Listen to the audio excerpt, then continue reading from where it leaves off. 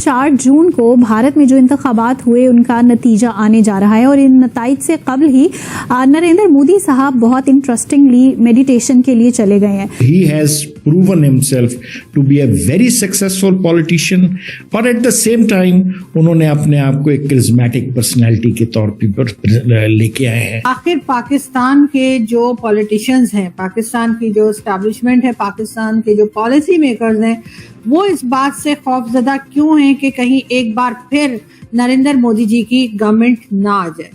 और लोग जो हैं वो अब बगैर किसी हेजिटेशन के अपने आप को हिंदू कहते हैं। मैंने जब हिंदू मैं कहता हूं तो मुराद जो है हिंदू नेशनलिस्ट जो है। प्राइम मिनिस्टर नरेंद्र मोदी ने मौन व्रत रख लिया है और जी 3 दिन तक वो कोई बात नहीं करेंगे और एक लंबी तपस्या पर वो चले गए हैं। कन्याकुमारी के ध्यान मंडपम में उसी शिला पर साधना कर रहे हैं, मेडिटेशन कर रहे हैं, ध्यान कर रहे हैं, जहां स्वामी विवेकानंद ने आज से 131 वर्ष पहले 3 दिन और 3 रात तक ध्यान लगाया था।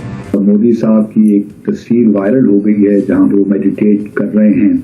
आज से शुरू हुई है उनकी मेडिटेशन और ये कल तक जारी रहेगी। और एक बहुत बड़ा इलेक्शन जिसको दुनिया का सबसे बड़ा इलेक्शन कहा गया, सबसे बड़ी पॉपुलेशन ने वोट किया, अपने वोट का हक इस्तेमाल किया।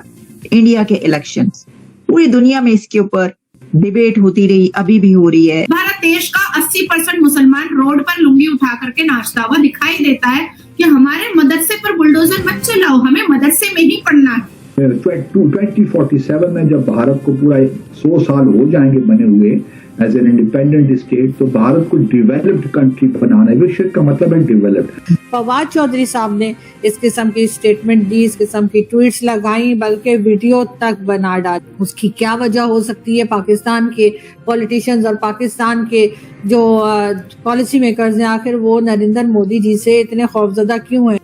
वो नहीं होती एक पॉलिटिकल हिपोक्रेसी, वो नहीं कि अपने आप को डिसएसोसिएट किया हो या किसी जगह पे कोई हिचकिचाहट का मुजाहरा किया हो कि वो हिंदू नेशनलिस्ट नहीं। हम लाते हैं टॉक शोज और अनलिमिटेड एंटरटेनमेंट सिर्फ YouTube पर। अगर आपने अभी तक हमारा चैनल सब्सक्राइब नहीं किया तो अभी सब्सक्राइब करें और बेल आइकॉन को क्लिक करके हमारी लेटेस्ट वीडियोस के बारे में अपडेट जानें। समुद्र के बीचों बीच विवेकानंद रॉक मेमोरियल में पीएम मोदी की ध्यान मुद्रा में बैठी हुई तस्वीरें सामने आई। पीएम मोदी यहां ध्यान मुद्रा में बैठे हुए हैं।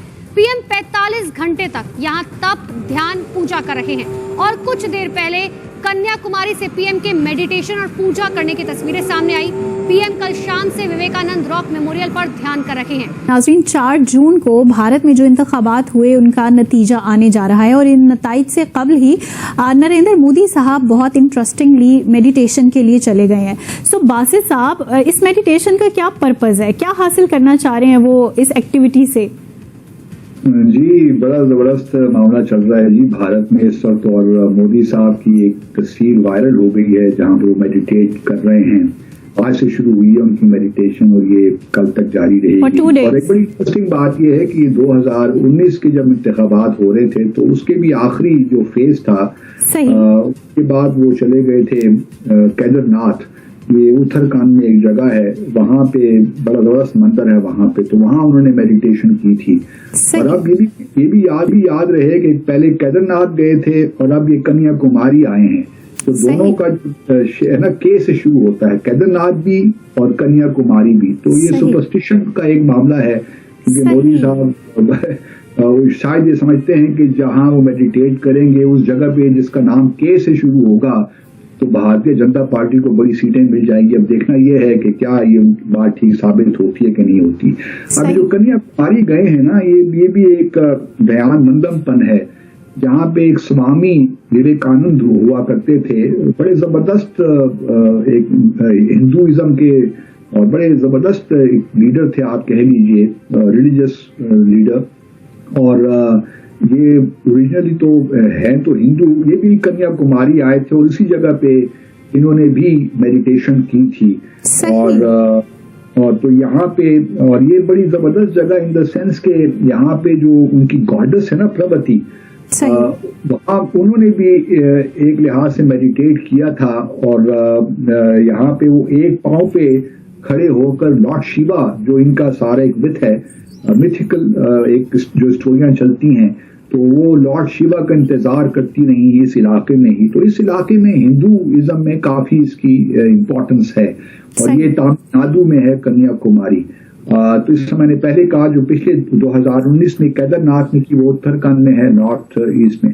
तो इससे अब ये भी है कि ये जो लास्ट फेज है भारत के इंतखाबात का, वो कल है। कल जो है अब भारत में 7th फेज चल रहा है, और अब इस 7th फेज में, लास्ट फेज में 57 सीटें रह गई हैं।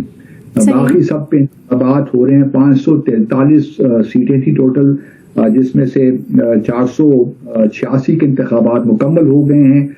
अब जो है 57 सीटें रह गई हैं, जिसमें पंजाब भी शामिल है, और पंजाब में बड़ा जबरदस्त मामला चल रहे हैं। पाकिस्तान के जो पॉलिटिशियंस हैं, पाकिस्तान की जो एस्टैब्लिशमेंट है, पाकिस्तान के जो पॉलिसी मेकर्स हैं, वो इस बात से खौफजदा क्यों हैं कि कहीं एक बार फिर नरेंद्र मोदी जी की गवर्नमेंट ना आ जाए। जी हाँ, नरेंद्र मोदी जी की गवर्नमेंट ना आ जाए, ये बात बार बार कही जा रही है और यकीनन कहलवाई जा रही है। और किससे कहलवाई जा रही है आप सभी जानते हैं कि कई बार जो है इस तरह की स्टेटमेंट्स और इस तरह की जो ट्वीट्स हैं कि जिसमें ये कहा गया है कि जी चाहे वो अरविंद केजरीवाल हो, चाहे वो राहुल गांधी हो, चाहे वो ममता बनर्जी हो, या कोई भी दूसरी पॉलिटिकल पार्टी, भारत के जो शहरी हैं, भारत के जो सिटीजन्स हैं, वो उनको जिताएं, उनको वोट डालें, उनके साथ रहें। खैर इस वक्त तो यकीनन ये सारा सिलसिला जो है वो अब रुक गया है, खत्म हो गया है इलेक्शन, अब सिर्फ रिजल्ट का सबको इंतजार है। लेकिन फिर भी पाकिस्तान की तरफ से कई बार फवाद चौधरी साहब ने इस किस्म की स्टेटमेंट दी, इस किस्म की ट्वीट्स लगाई, बल्कि वीडियो तक बना डाली, और उनका यही कहना था कि मोदी जी जो हैं वो दोबारा से प्राइम मिनिस्टर बनके ना आ सके, उनकी पार्टी को हरा देना चाहिए, और दूसरी कोई भी पॉलिटिकल पार्टी जो है उसके लोगों को आगे लाना चाहिए और उनके लीडर्स को लाना चाहिए। बहरहाल ये बार बार पाकिस्तान की तरफ से एक नैरेटिव दिया गया, उसकी क्या वजह हो सकती है? पाकिस्तान के पॉलिटिशियंस और पाकिस्तान के जो पॉलिसी मेकर्स हैं, आखिर वो नरेंद्र मोदी जी से इतने खौफजदा क्यों है? यकीनन उन्होंने देखा है कि जब मोदी जी जो बात कर देते हैं तो उसको, या कोई स्टेटमेंट दे देते हैं तो उसको पूरा भी कर देते हैं, चाहे वो खुद कहें, चाहे उनके साथी कहें, यानी जो उनके साथ के पॉलिटिशियंस हैं, चाहे वो ये बात कहें तो उन्होंने जो कहा वो कर दिखाया। चाहे वो राम मंदिर हो, हमने देखा कि राम मंदिर के लिए अनाउंस किया गया कि जी यहाँ पर बाबरी मस्जिद जो है उसको डिमोलिश करके राम मंदिर बनाया जाएगा, और फिर मोदी जी ने वो कर दिखाया। इसी तरीके से मोदी जी ने कहा कि जी, उनकी गवर्नमेंट ने कहा कि हम 370 को हटा देंगे। बहुत बार लोगों ने कहा कि शायद ये ऐसे ही कोई मजाक चल रहा है या एक सियासी बयान है, एक पॉलिटिकल स्टेटमेंट है, इससे ज़्यादा कुछ नहीं, इसको इतना सीरियस नहीं लेना चाहिए।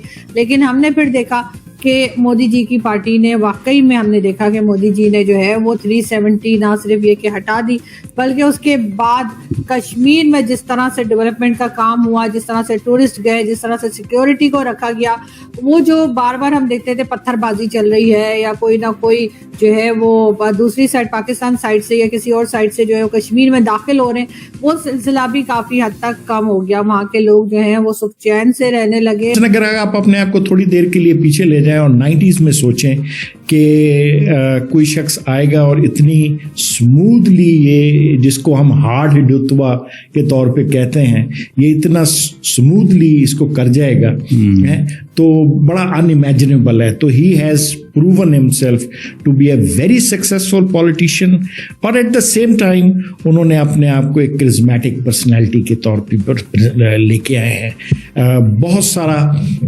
इवन हिंदू नेशनलिस्ट जो हैं, आइडियोलॉजिकल हिंदू नेशनलिस्ट जो हैं, वो भी इमेजिन नहीं कर सकते लेवल ऑफ पावर जो है पिछले 10 साल में उन्होंने एंजॉय की है, और इसीलिए उन्होंने बहुत सारे जो कन्वेंशंस थे उनके ऊपर कंप्रोमाइज किया है। मसलन पर्सनैलिटी को कभी ग्लोरीफाई नहीं करते।